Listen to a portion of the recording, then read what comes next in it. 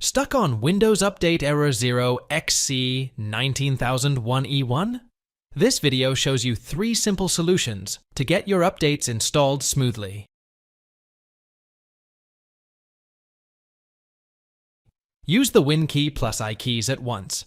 Then switch to the System. Go to Troubleshoot on the opposite side of the page. Open Other Troubleshooters to get the complete list of troubleshooters.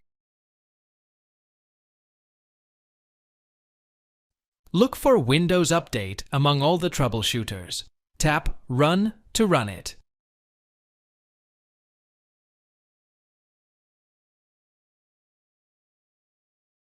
You can find Windows Update in the services, so use the Win plus R, then type this and hit Enter.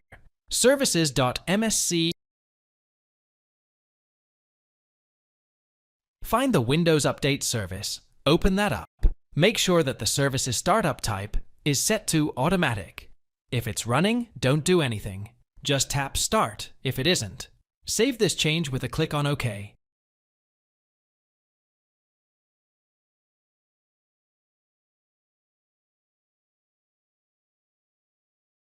Using the search box, type CMD.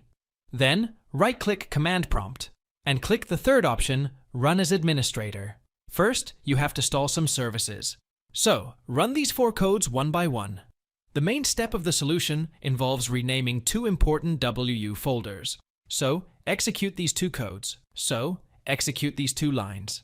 So, as you have reset the W components, you can run the following lines. This will kickstart those services that we have stalled before. Thanks for watching. If it helps, make sure to hit like and subscribe.